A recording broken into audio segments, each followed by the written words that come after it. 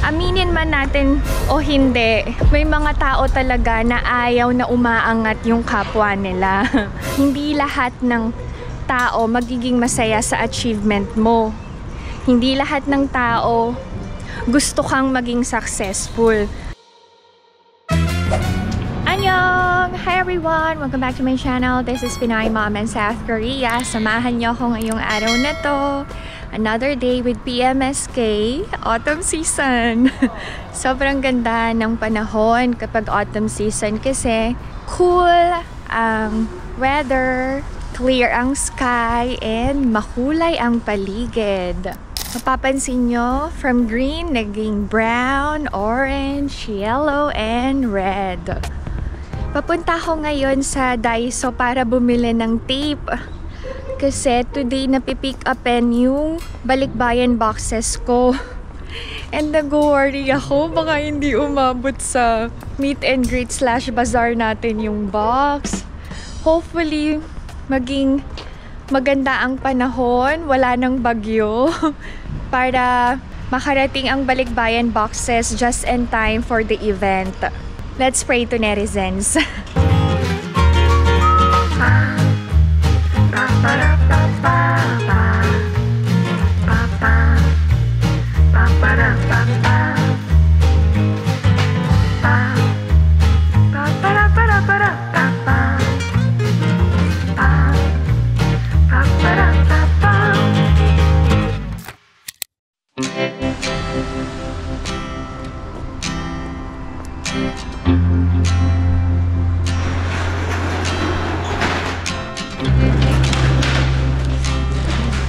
Nasa Daiso na ako.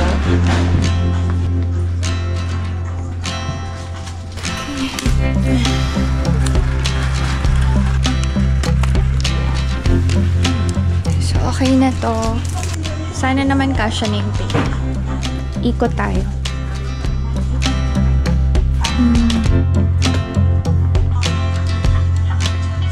Bibili pa ako ng yung pimple patch to netizens para sa inyo. Total, nandito na din ako. Ganun ko kayo kamahal eh. Nag-exceed na ako sa budget ko to netizens, pero okay lang. You always support me naman. Lahat na to biling ko. Ako na umubos ng pimple patch. Kailangan nyo ba to netizens? Pero meron ba dyan sa Pilipinas? Pero maganda yung dito sa Korea. Sige, buy ko na, ha? Bibili din ako ng hand wash. 2. Okay. Since nandito na ako, yung cotton buds dito na lang. And bulak. Usually sa Chaju ako bumibili. Pero nandito na ako sa Daiso. Pag magsha-shopping kayo dito sa Korea, make sure na meron kayong sarili nyong shopping bag. Para hindi na kayo bibili. 휴대폰번호를 입력하시거나 멤버십 결제가 완료되었습니다. 고객님, 놓고 가신 물건이 없는지 확인해주세요. Okay, let's go. So, okay. So, ibabalik natin ang basket kung saan natin kinuha. Drinks are not allowed inside. So, meron lagay ng drinks. Ako ay nagugutom na. So, after here, pupunta tayo sa Subway to eat lunch. Magsa-sandwich lang ako for lunch.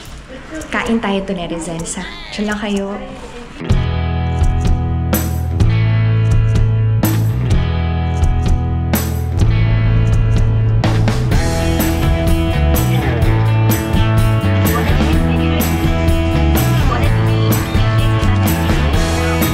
Sa any business establishments, makakakita kayo ng mga saksakan para sa chargers. Pag nalobat kayo, pwede kayong makicharge.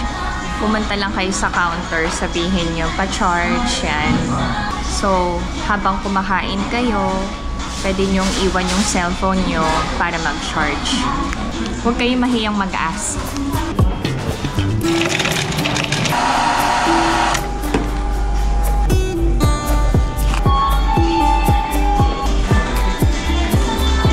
Netizens. Tuna sandwich to.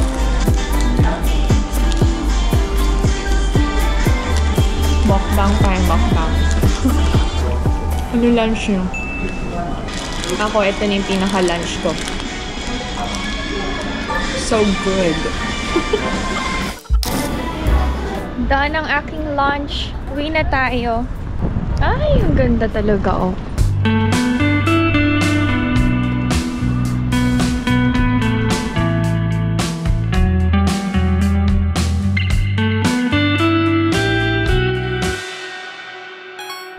I'm already home. Kailangan kong punuin ng tape itong jumbo. And then, itong regular box. Punong-puno ng coffee. Kailangan ko magmadali kasi may mga gagawin pa ako to netizens. And baka dumating na yung magpipick up ng box. Samahan nyo na ako, ha? Pag-pray natin lahat to netizens na umabot to. Alam nyo ba to netizens, nung nag-start akong mag-vlog, feeling ko lumaki yung pamilya ko. Alam nyo naman na dalawa lang kaming magkapatid. So, lahat ng blessings ko kay ate and sa mga kids niya. And of course, sa parents ko. And to tell you honestly, ang sarap sa pakiramdam na nagpapaka ko ng balikbayan box para sa inyo to netizens. Walang halong kadramahan to or kaplastika na. Alam niyo yung puso ko, punong-puno ng joy and excitement. Kasi mas share ko yung blessings ko sa mas maraming kapamilya. Of course, we are family to netizens. Unless ayaw nyo ako maging pamilya, ha? Huwag naman.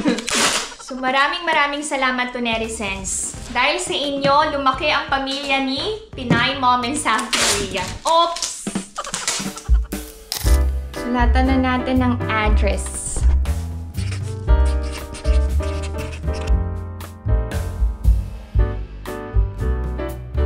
Daan ang pagtitape ng boxes. Goods na goods. Kailangan kong ilabas kasi sila kuya pipick upin na lang nila. Meron kasi akong schedule sa nail salon. Kaya baka pagdating nila walang tao. Ang kulit ng pwesto ko, no? Okay. Sariling sikap to netizens. Okay.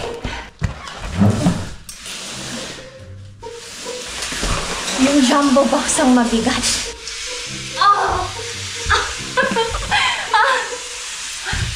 Okay, wait. Sa mga may hyperthyroidism, bawal magbuhat ng mabigat. Pero, no choice ako kundi gawin to on my own. Wala akong kasama sa bahay. I love you to netizens!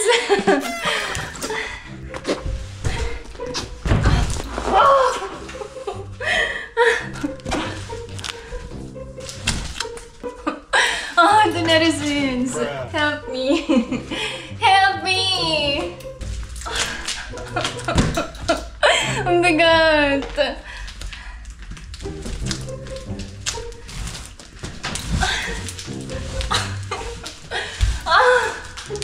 Oh my God! Oh my God!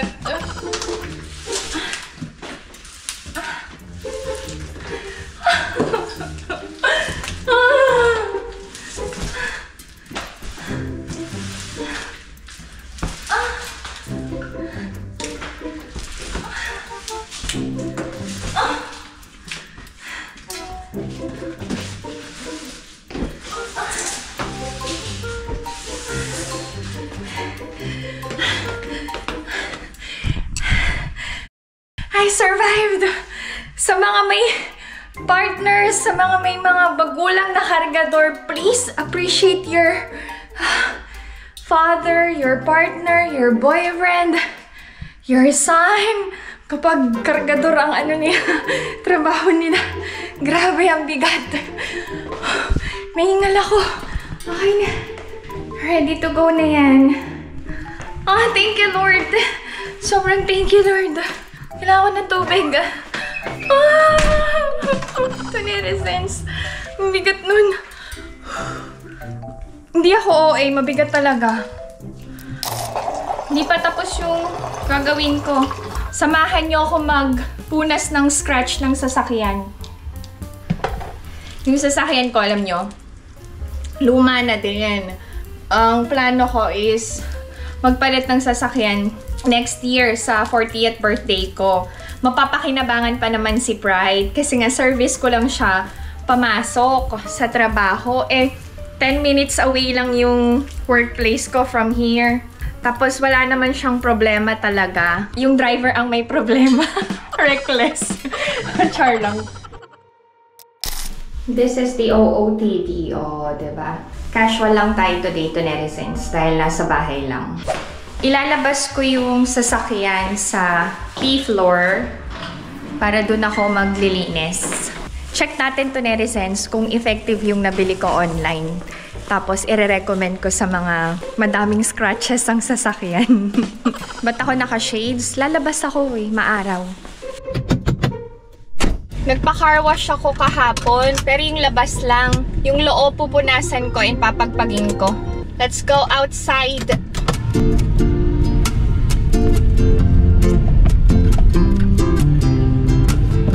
May dala din akong gloves. Linis tayo ng sasakyan to netizens. Magpapagpag tayo ng mat. Maganda maglinis outdoor kasi nga malamig na yung panahon.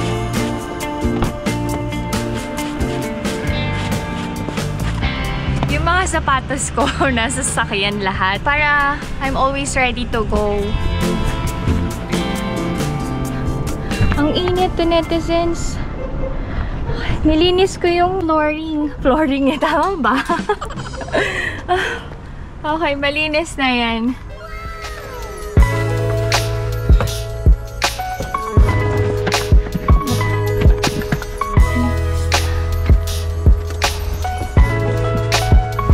Nasa unahan yung mga sapatos na madalas kong gamitin. Yung tsinelas. Yan. Nidala akong basahan pamunas ng alikabok. Anong hobby ko? Maglinis. Lahat na pwedeng linisin, nililinis ko. Nare-relax kasi ako kapag naglilinis ako. But aside from cleaning, may iba pa din akong kinahihiligan. Yung na-enjoy ko kapag may pastime ako. Like listening to music, na-enjoy ko yon. Mahilig din ako magbasa, mag-shopping. Yun, mga me time ko. Magpunta hair salon, magpamasahe, magpa-derma, yan, mga ganyan.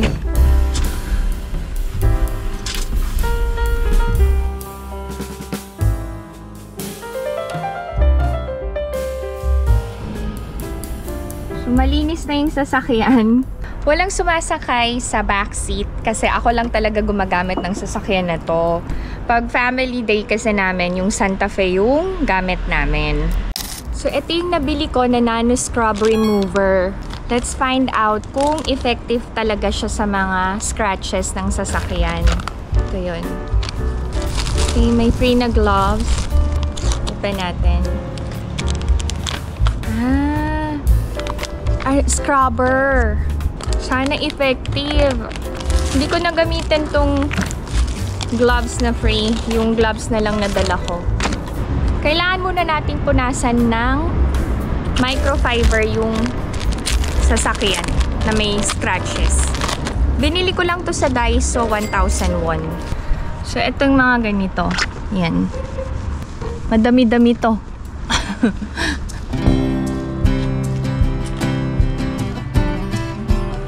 Ito na yung pinaka-scrub natin. Ayun o. Check na natin kung effective. Uy, oo nga, effective. Oh my. Uy, grabe oh. Hala.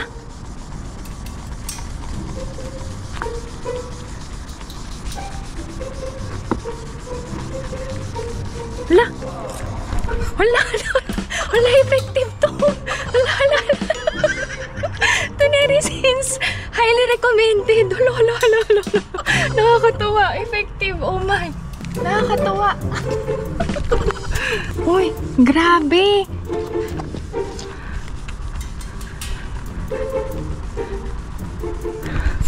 Okay, nakakapagod lang talaga is ng mga gasgas. Pero effective to netizens. Hala, nakakatuwa. yung reaction nito. Ba't hala, hindi? Nakakatuwa nga. Ay, effective to. Bilang ko nga ang ate ko. Sobrang effective to, netizens. Ay, grabe. Nagulat ako as in, wow talaga. Pwede na ba ako maging endorser nito? Sabi kasi, dun sa online, kahit daw yung deep scratch, mawawala. Ewan ko lang ah. Try natin to ayusin. Try ko tong malaki. Okay, nakakapagod lang talaga. Effective din siya sa deep scratches. I'll show you. Annyeonghaseyo!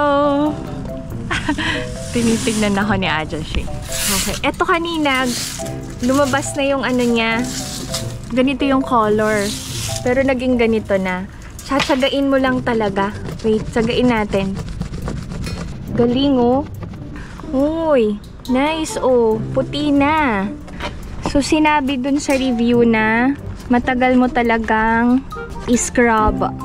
Uy. Nakakapagod lang talaga. Pero effective to netizens. Highly recommended. Sana pala dalawa yung binili ko. Okay, anyway. Tapusin ko lang to netizens. Anong oras na ba? Anong oras na dyan? Wait. Kasi may schedule ako ng 3 PM. Wait lang. Okay. May sinadjust si Ajashi. Kaya pala siya tingin. Nahihirapan siguro sa ginagawa ko. Okay. May mga tagalinis ng dahon. Yan. Kasama sila sa binabayaran namin monthly dito sa apartment. Nakikita niyo siguro hirap na ako. Hindi na nakatiis. Si Ajashi ang napapagod sa ginagawa ko. Ne, kamsahamnida. Okay. Dati daw siyang nag-work sa sa sasakyan kaya alam niya. Anyway, I'll show you yung final result nung binili ko. Perfect siya para sa mga light scratches lang. Bubura niya kagad. Pero yung mga deep scratches, parang kailangan mo talaga ng dibdiban at masusing pagkukuskus. Pagod na ako. Hindi ko na kaya. Effective naman siya. Yan o. Pero yung iba, hindi pa rin eh. Nabasa ko kasi sa review, 1 oras daw silang nag-scrub. Ang galing, no? Ito yun. Nabili ko lang to sa online market. Yan. Hindi na kinaya ng powers ko to netizens. Pagod na ako. So, okay na to. In fairness ha, luminis yung sasakyan ko, oh. Yung mga light scratches na wala naman. Okay. Nice. Okay. Highly recommended ko naman siya. Pero, baka marami siya Shopee sa Philippines na magagamit nyo. Anyway, okay, rest na ako. Meron akong schedule sa nail salon. Diyan lang kayo, netizens.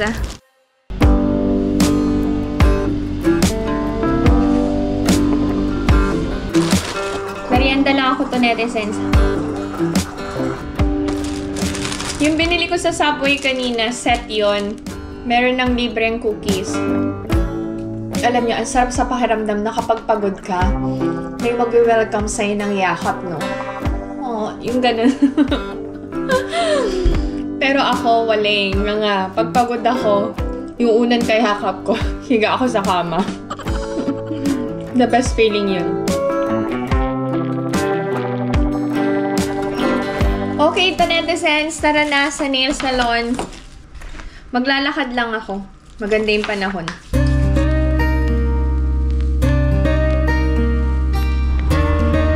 Public playground yan.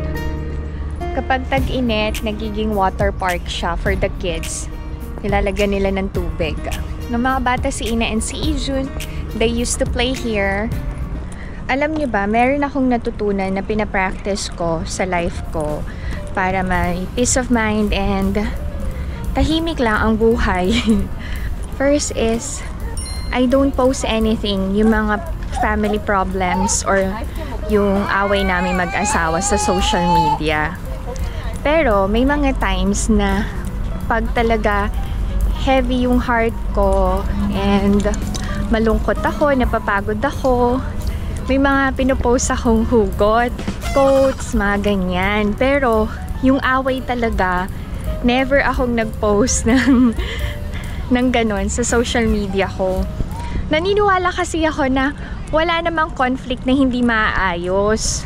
Tsaka pwede namang isettle between us, kami ni Alex, kami ng ate, or ng nanay, or ng tatay, ganyan. Ni Ina. Yan.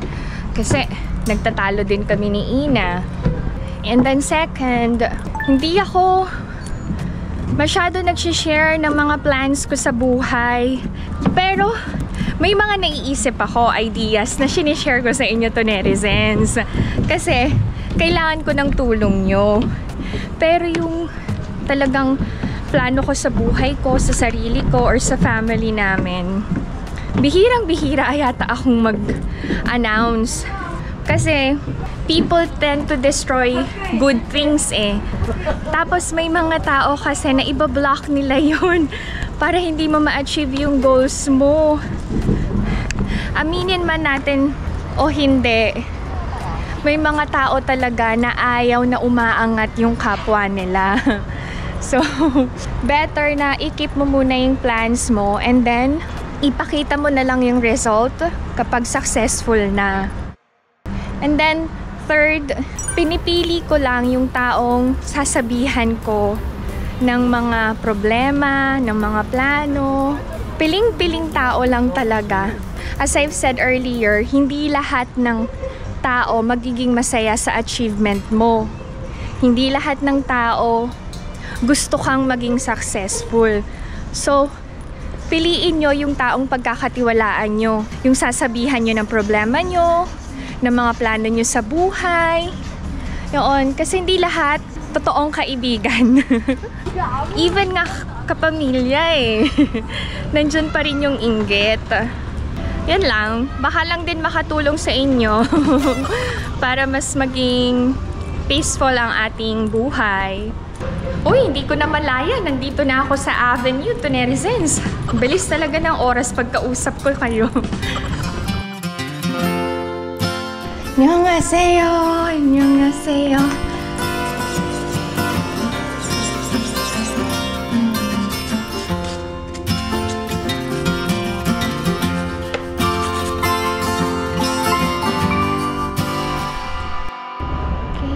I'm done. Oh, nice ang nail. Very nice. Nakakatuwa kasi pinag-uusapan namin ni Sajang Nim yung relationship niya. Share ko lang sa inyo ha. May na-realize kasi ako while we were having our conversation about getting married. So more than a year sila sa relationship. And ang boyfriend niya ay younger than her. Mas stable siya kaysa sa boyfriend niya kasi nga kaka-start pa lang eh sa career ng boyfriend niya eh. So mas may ipon siya, mas maayos yung life niya compared sa boyfriend niya. Pero yung boyfriend niya gusto nang magpakasal kaagad kasi sigurado na sa kanya. Tapos while they were talking about marriage, nagkakaroon sila ng problema kasi ang iniisip ni Sajang Nim, siya lang yung maraming gagastusin kasi nga walang enough na ipon yung boyfriend niya to get married. So nagkaroon sila ng conflict, ganyan. And eventually, nag-decide si Sajang Nim na makipaghiwalay. Sabi niya, hindi daw mag-work yun and hindi niya nakikita yung sarili niya na magpakasal sa boyfriend niya. Lalo na ngayon na hindi naman stable. So parang ako, nasaktan for her kasi nga every time na mag-visit ako sa kanya, pinag-uusapan namin yung about sa married life ko, about sa relationship niya. Magkaedad kami ni Sajang Nim eh. So, para kaming 39 years old. Magkasundo din kami sa mga chika-chikahan. Ganun yung reaction ko. Nagulat ako kasi every time na magkaka-boyfriend siya, sinishare niya sa akin. Nagkikwentuhan talaga kami. So, sabi ko, hala, anong nangyari? Parang sa lahat ng kinento niya, dito talaga siya na in love sa ano niya, sa boyfriend niya na to, ex na pala. So yun, habang nag-uusap kami, yung realization ba na ang mga Koreans, mahihirapan talagang magpakasal kasi gusto nilang makahanap ng mas stable sa kanila or kung hindi man mas higit sa kanila yung kapareho ng life nila. Hindi lang sa Koreana, sa Koreano din, ganun. What else? Alam niyo yung hindi ka dapat magja-jump lang into marriage kasi gusto mo lang magpakasal or kasi mahal mo lang yung partner mo. Dapat financially prepared ka din. So, I feel sorry for Sajangnim kasi parang naging close na kami. Sabi niya, iniyakan niya daw until now yung broken relationship niya.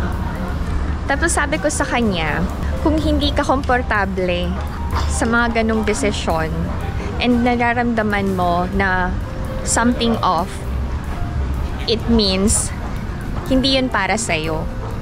So, tama yung decision niya na hindi na i-push through yung marriage.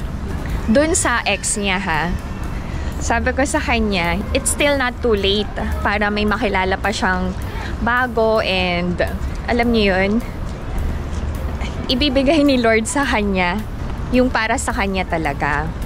Yun lang. Yun. Nasad ako for her talaga. Hindi nga ako makaget over eh. Nandito ako ngayon sa Moda Outlet. May mga sale oh. Taglamig na kasi. 10,000 won lang. Oh.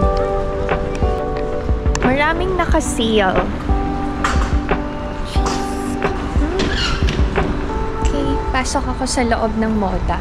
Okay. Ang tagal ko din hindi nag-moda outlet to netizens. Ito yung nearest mall sa amin. Madalas kasi kami magpunta sa Hyundai Outlet. Kaya hindi na ako nakakapunta dito sa moda. Mag-check lang ako sa Porham. Etong set na to sa Porham ko binili. 1+1, 59,000 won na lang. Pag magsha-shopping kayo, look for 1+1. Great deal yun. Sa Porham, ayan, laging sale. Ito yung binili ko. Ganda. Maganda dito. Set na to. Meron kasi ako gray and navy. So, black and beige naman ngayon. Nandito yung suot ko ngayon, no? Anyway, nakapili na ako. Okay. Done! Okay!